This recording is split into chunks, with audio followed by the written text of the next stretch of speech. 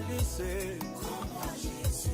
Secret onction nangae singalo ketote.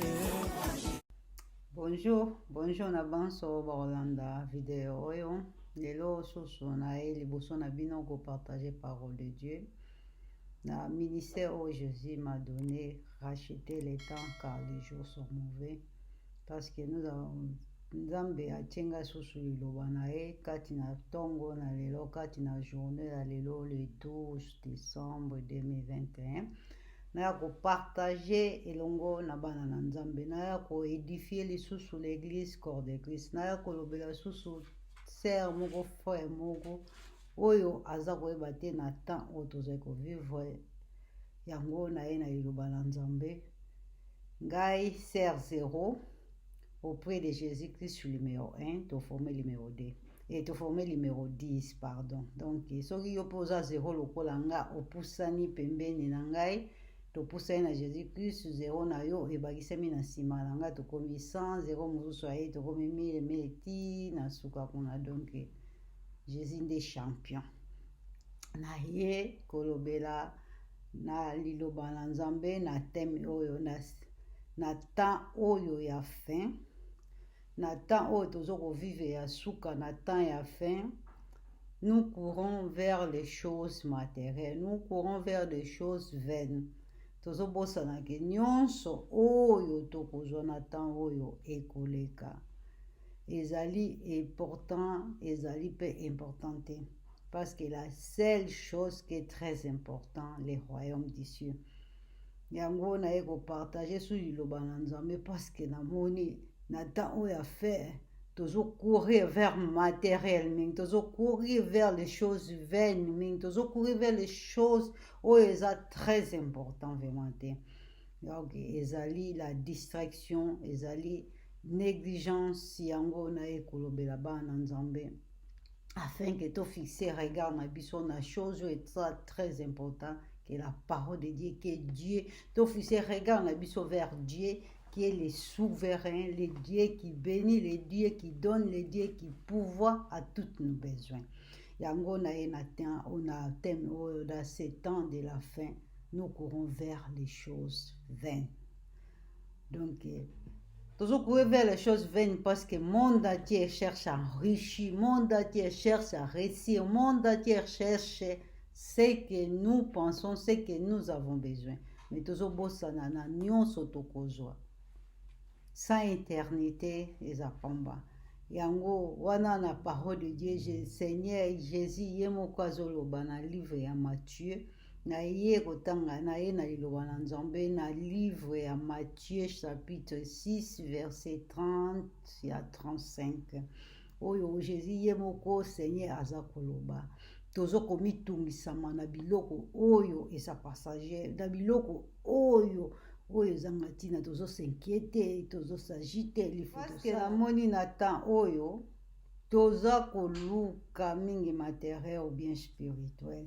Mais na Bible oyo ngai na oye na lelo Seigneur yemuka zoloba na biso ke to s'inquiéter te na biloko toza nango besoin. Parce que Dieu lui-même pourvoira à nos besoins. Ye oyo alaitsaka nzete ya zamba lelo toza na hiver totaiba nzete nyonso na mois d'avril epelaki etondisamaki matiti ya vert na novembre décembre ekauki ekomi sec. Mais so tosilisi kaka décembre janvier février tomoni na avril mars banzete yango ebandisi kobota. Donc nature même banzete même ça peut nous saigner que nous vie ya banzete soki ezodépendre epai na Nzambe ebongo biso oyo bekelamu na ye alobi akela biso na image na ye eske Nzambe akobosana biso? Nzambe akobosana biso te. Soki Nzambe azokobosana biso parce que regard na biso eza fixé vers les choses vaines. Mais lelo na tongo na lelo na eko partager na sœur moko na frère moko oyo aza kokourir koréussir na ndenge nyonso na makasi na ye a fixer regard na ye vers l'éternel po te azwa na nzela na Nzambe atia elika na Nzambe. Nzambe akobosana ye ata mokolo moko te. Nzambe akotika ye vers mokolo moko te. Natali na monde lelo bato bazokoluka ndenge nyonso ko réussir ba succès. totali na bamonde ya YouTube bazosala bavideo n'importe quoi koba n'importe quoi koba meme maloba oyo eza ya soni ya honte liboso ya kamera ovandi oza koloba oza meme na soni te ya koloba yango mpo te ozosala bavideo ozela na décembre YouTube efuta yo me tosala bavideo oyo eedifie corps de Christ yango nga nalobaka na bana na nzambe luka okota na YouTube ozwaka okota eplasi liloba na nzambe ezali eplasi basi ya mayele bazali bafemme de prière comme nous tozali afin que obénéficie quelque chose de spirituel afin que okotisa yo na intimité na nzambe afin que soya béni me ntango ozokota na monde ya YouTube na bafacebook na bainstagram na bamonde wana kotalaka batiktok babiloko ya zoba biloko oyo oza koporte yo indéplicité ozopase temps na yo pour rien yango na toujours Seigneur m'a donné cet ministère, racheter les temps car les jours sont mauvais. Il faut calculer le temps na yo. Il faut calculer ba heure na yo par jour. Ba heure na yo est très important. Ngala lobaka die Zeit kostet Geld. Bison allemand to lobaka la temps ça coûte l'argent. Soto oza mwana na mutu oza mwana na nzambe opasaka batemps na bazero yebaka tu perds de ta force tu perds de ton temps pour rien surtout na temps oyo suka tozali nous courons vers la fin toluka vraiment spirituel tokotaka na monde oyo tozwaka oyo ezokopesa yo indéplice parce que monde yango eza place okokobakisa mayele eza na place mpo kokotondisa makati na busoba surtout na bino botiaka mingi na bestati babiloko bendi otie ya busoba soki edifie yo me sala conscience ya eloko wana edifie yo epesi yo indéplice parce que na tali bamasolo mingi oyo bato bapesaka na YouTube ezochange nango vie ya bato te c'est les choses c'est eloko oyo ekokochange vie ya moto il n'y a que la parole de Dieu parce que la parole de Dieu qui a tout créé la parole de Dieu qui t'a créé il est au contrôle de toi soki ozwi yango tia yango na misala à cet alors tu vas voir que ta vie va changer. C'est alors que tu vas voir que tu vas réussir. On a Josué a lobby que cet livre de la loi qui s'éloigne pas de tes bouches. Méditez les jours et nuit. C'est alors réussir na nyonso na entreprise na yo na santé na yo na proverbe lobby que cette parole c'est une santé ezopesa santé ezopesa vie ezopesa nyonso tout succès même otozoluka na monde ya YouTube soko kangami na parole de Dieu tu auras ça eza te ke mpo na 1000 bato abone baza kotala bazolanda babona kuna yango succès oza kokende kuna koloba buzoba na buzoba lelo namoni monde yango ekomi vraiment surtout ya bacouple oza divorce okoma yo nde mutu complicité ya kopesaka baconseil mpo te bato nyonso badivorce neti yo non mutu nyonso akodivorce te neti yo te mpo libala eza kitoko libala eza kitoko strema mobali ntango oza na libala oza na kimia oza na respect devant le monde mutu nyonso to azomona madame azopesa o respect mais lelo na monde lelo na moi bato mingi tema badivorce bakomomona libala eza mabe parce que okutani seno programme ya nzambe te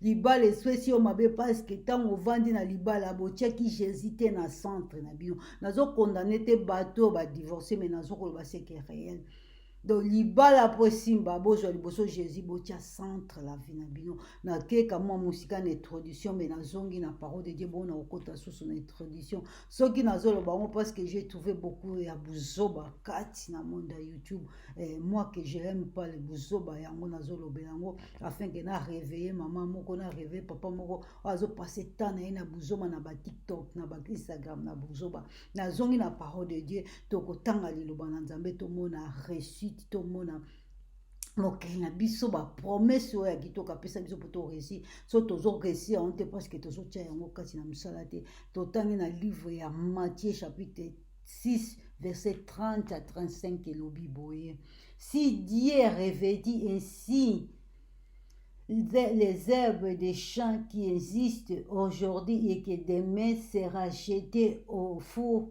ne vous revêtira-t-il pas à plus forte raison,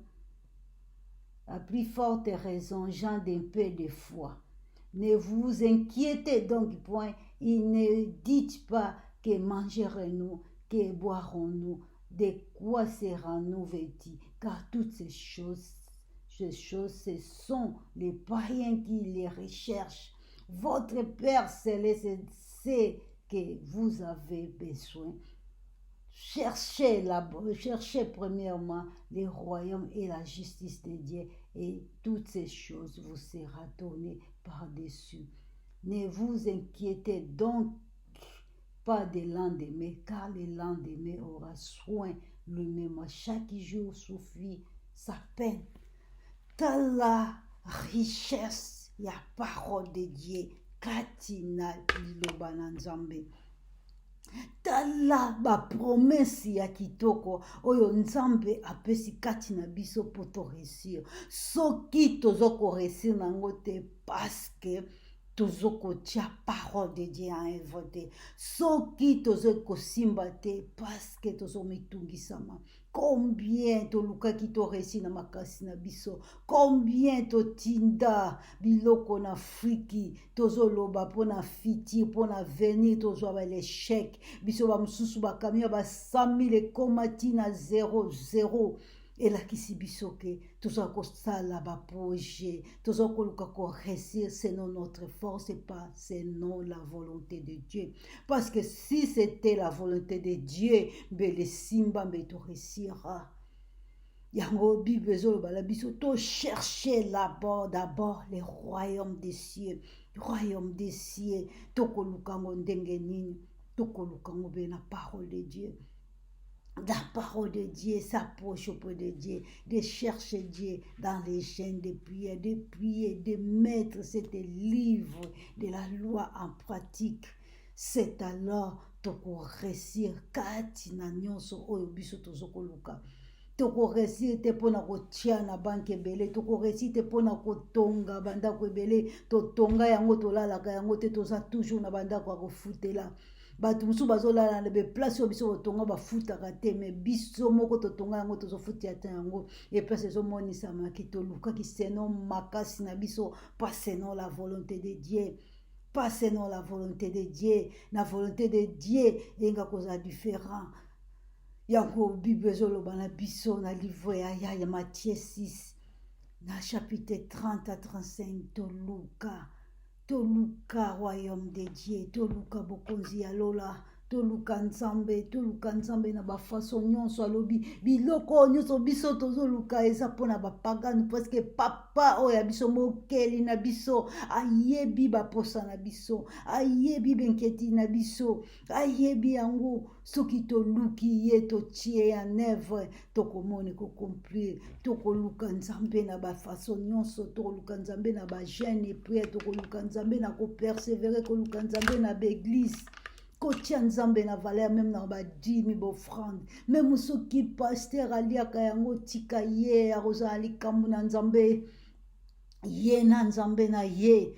Yo tia œuvre de Dieu, tia makomi na nzambe en pratique. C'est vrai, des fois tozo découragé à cause des hommes et de Dieu, mais nzambe alobi mokolo wana jugement ezali individuel. Jugement ezali individuel, ma sœur, mon frère. Pasteur oyo monaka a découragé pona kopesa na œuvre de Dieu sera jugé, il sera jugé. Il sera jugé. Liboso na nzambe corruption ezalaka te, liboso ya nzambe corruption ezalaka te, epai na nzambe aza légiste juge. Awa loba na nzambe ezoloba na biso toluka bokonzi na nzambe, toluka biloko wana ya matériel te, biloko mabele oyo te, eza bapaye mutu balukaka yango, biso bakretien te, toluka nzambe, toluka nzambe. Surtout na temps oyo ya fin, nalobaka toujours na temps oyo ya fin okokotonga nzambe pa permettre tremblement de terre écoulé. Tomoni awa ba inondation esalamaki boni baperde même na mboka oyo ya mundele, première fois tomona ba inondation baperde bavati babwato babiloko nyonso to valeur ekundami na mai ekei, epasi ezomonisa biso ke nzambe azali nzambe, atikali nzambe. Lelo na ye kolobela ser moko, lelo na ye kolobela frère moko oyo ozokoluka na makasi na yo, ozokoluka réussir na makasi na yo, luka nzambe, tia nzambe à première position, sa nzambe à première place ndako na yo, sala etumbeli na ndako na yo. sala etumbeli na ndako na yo église ebandi na ndako ebandi kaka na baeglise te na église tozokende kocompli jour ya saba ndako na yo ezala sanctifie etambusama kati na kobanga nzambe tia makomi na nzambe en œuvre, c'est alors tu vas réussir, c'est alors nyonso ekopesami ya biso. Seigneur alobi tala toconsidere meme banzete ya zamba oyo nzambe alatisaka na modele wana defo tali nzete ya fleur ndenge oboti oluli yango mais ya quelque temps omoni ekauki bafleur nyonso ekwei ezolakisa biso vi na biso epai na nzambe tosakroche na nzambe tosatache na nzambe c'est alors bavi na biso ekosimba c'est alors tokozala réussir na nyonso tu oyo tokosala na koyeba kobakisa susu makomi na nzambe na livre Agé pardon na livre Agé chapitre na livre Agé chapitre 2 verset 6 Agé chapitre 2 verset 6 elobi car ainsi parle l'Éternel des armées encore un peu de temps et j'ébranlerai les cieux et la terre, la mer et les secs. J'ébranlerai toutes les nations, les trésors de toutes les nations viendront et j'ai rempli de gloire cette maison, dit l'Éternel des armées. Awa parole de Dieu ezokoloba na biso na temps ya mokie akobebisa nyonso tu aza capable akobebisa nyonso tu mais mpo na yo trésor na ye koyepai na yo. J'ai rempli de gloire cette maison, dit l'Éternel des armées. L'argent est à moi et l'or est à moi, dit l'Éternel des armées. Mbongo biso tozoko luka verset oyo etouche nga na se oyo Seigneur alobi l'argent est à moi et l'or est à moi, dit l'Éternel des armées. Tozoko luka na ba façon nyonso tu to reçu to tonga to sala boye c'est bien de l'avoir mais Seigneur abi je imbralerai na mboko biso tovandi Europe ane oyo tomoni bainondation bandako ekule baimbralation voiture ya sika ekule na mai bato ya chere oyo ezalaka bamille soki combien bamillion ekule. Mais Seigneur alobi l'argent à moi, or à moi. Richesse nyonso toza na besoin eza na parole de Dieu nyonso tozokoluka eza na parole de Dieu ma sœur mon frère. Même basuccès tozokoluka soki otangi na livre Josué alobi succès à moi otangi na prophète babi c'est moi qui donne la succès même la santé la longue vie tozokourir vers basécurité bassurance baprotection na bavaccin tozwa protection mpo tozwa corona te nyonso tozoluka la santé soki otangi na proverbe parole de Dieu donne la santé, parole de Dieu donne l'argent, parole de Dieu donne tout. Tozokoluka yango eza bien tozala yango eske kosunga biso ngana yo tovandi ya tomoni oyo epasai na 2020 bato basili bakundami lokola nyama bato bakufi balobi ke place meme akotiaka bato eza te nakokaki kusere na ngai na Italie alobi ke bato bakufela bandeko baleki ebele babi na suka tomoni ndenge akuta bango te fo totimunaka libula monene tolongolaka kuna tokesopaka bango kuna donc bino bokufela bapara se comprendre bokomona basimitiere na bango te mpo basali libula monene mpona kokunda nyonso oyo ozwaki mama papa soki ozali na Jésus Christ te okende wapi okozala wapi na ce temps de la fin toza na posa ya Jésus Christ toza na posa ya vie yango na ye kopartage liloba na ntongo na lelo na journée ya lelo soki oza kovivre na lokola nyama oza komiyeba te position c'est le moment de saisir Jésus Christ comme Seigneur Sauveur soki nano yamba ete yamba ye comme Seigneur Sauveur soki ozotambusa na masumu décide-toi de laisser tout décide-toi ya kotika nyonso ya mabe ozotambola na yango ofixe regard no vers Dieu osatache na Nzambe ozokoluka mbongo resi na makasi na yo luka resi na nzela ya Nzambe parce que epai na Nzambe assurance epai na Nzambe sécurité na liloba na Nzambe elobi ke akobomba yango moyibi akokodevore yango te moyibi akoka kokota ata détruire bafruit na yo, adétruire misala na yo. Dieu protège même soki même ndako na yo oza kobanga nzambe epesa bainondation okamwa ndako moko etikali oya yo, parce que Dieu éveille sur la parole. Dieu il est dans sa parole éveille. Tant que servir aux autres, aux misala na en pratique, il va te protéger, il va te garder, il va protéger tes enfants, il va protéger tout ce qui est à toi. Yango na eko partager no liloba na eko loba na ona journée ya lelo na eko loba na yo o s'attacher na nzambe o persévérer na nzambe na suna Amos 2 kaka 20 à 23. Amos chapitre 2 20 à 23 et l'obini. Et puis la parole de l'Éternel fut adressée pour la seconde fois à Agé, le 24e jour du mois en ce mois, par le Zorobabel, gouverneur de Juda, et dit, j'emboîterai les cieux et la terre, je renverserai les trônes des royaumes, je détruirai la force des royaumes des nations, je renverserai les chars et ceux qui y montent, les chevaux et les cavaliers seront abattus, les uns pour l'épée des autres. À ce jour-là, dit l'Éternel des armées, je te prendrai Zorobabel, fils de Shéréchti, mon serviteur, dit l'Éternel, et je te garderai comme une sceau, car je t'ai choisi, dit l'Éternel des armées. Tala basirance, parole de Dieu, ezokopesa biso na tango oyo ya fin. Nzambe azokoloba na yo Joseph, nzambe azoloba na yo Zorobabel, nzambe azoloba na yo mosali na nzambe, mwana na nzambe yo oyo ya pona na temps ya suka ya kogarde yo, akoprotege yo, okozala neti so kati na ye. Donc c'est à toi de craindre l'Éternel, c'est à toi de marcher sur la parole de Dieu afin que toutes ces promesses ekokisama kati na ye. Na temps ya fin tozali toyeba kobombama epai na liloba na nzambe, toyeba kobombama epai na nzambe ndenge nzembo oloba parapluie na ngai ezala nde parole de Dieu, ezala nde nzambe abi celui qui garde ezali nini sommeil nini dort. Jésus-Christ azala parapluie na yo, parapluie na yo ebomba yo, Yesu abomba ngai, Yesu abomba ngai, toyembaka yango nzambe po abomba yo. Il faut dans la parole de Dieu, il faut marcher dans la crainte de l'Éternel.